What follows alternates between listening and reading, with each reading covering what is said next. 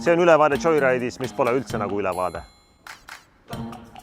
Ülimalt heaks funktsiooniks tegelikult on ka see, et saad Joyride'i lenksu kõrgust muuta. Paned ta lihtsalt, kui sul on sinna väikene stabilisaator eest, panete madalaks ja vaatame, kas ma siit läbi mahun või ei mahu.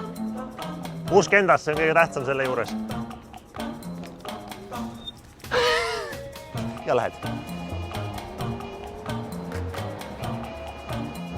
Ja miks mulle tegelikult Joyko veel meeldib, on see, et on ülimalt lai ja pikk platvorm, kus peal seista. Ehk siis mõnus lai sõiduplatvorm. Tegelikult saab vedada igasuguseid asju, seal paned koti, ma ei tea, kastid, mida iganes sa vead. Ja lihtsalt ongi, paned minema.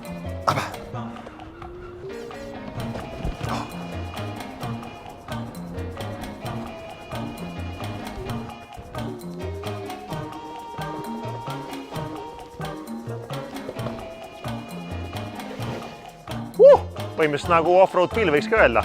10 tollised õhkrehvid. Pole mingi küsimus. Igalt poolt tõmbad naksti läbi. Mägi. Kas ma näitan sulle?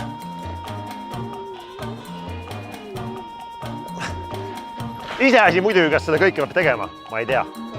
Ja mis võiks olla parem kui ise endale sobilikul kiirusel sõitmine. Saad sõita kiiresti, saad sõita aeglaselt igatepidi. Selles mõttes, et on kiire, paned minema. On aeglane ja oled jumala rahulikult koha peal, nagu mina praegu siin üldse ei muretse.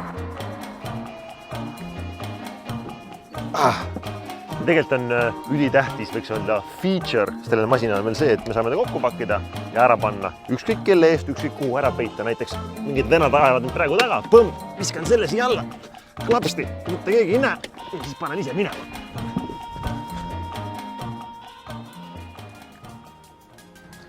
Naljaks, aga tegelikkuses on Joyride'i puhul tegu ühe võiks olla parima tavainimese tõukerattaga. Ta ei ole liiga kallis, ta ei ole liiga odav, aga ta saab kõigega põhimõtteliselt hakkama. Parim hinna ja kvaliteedi suhe.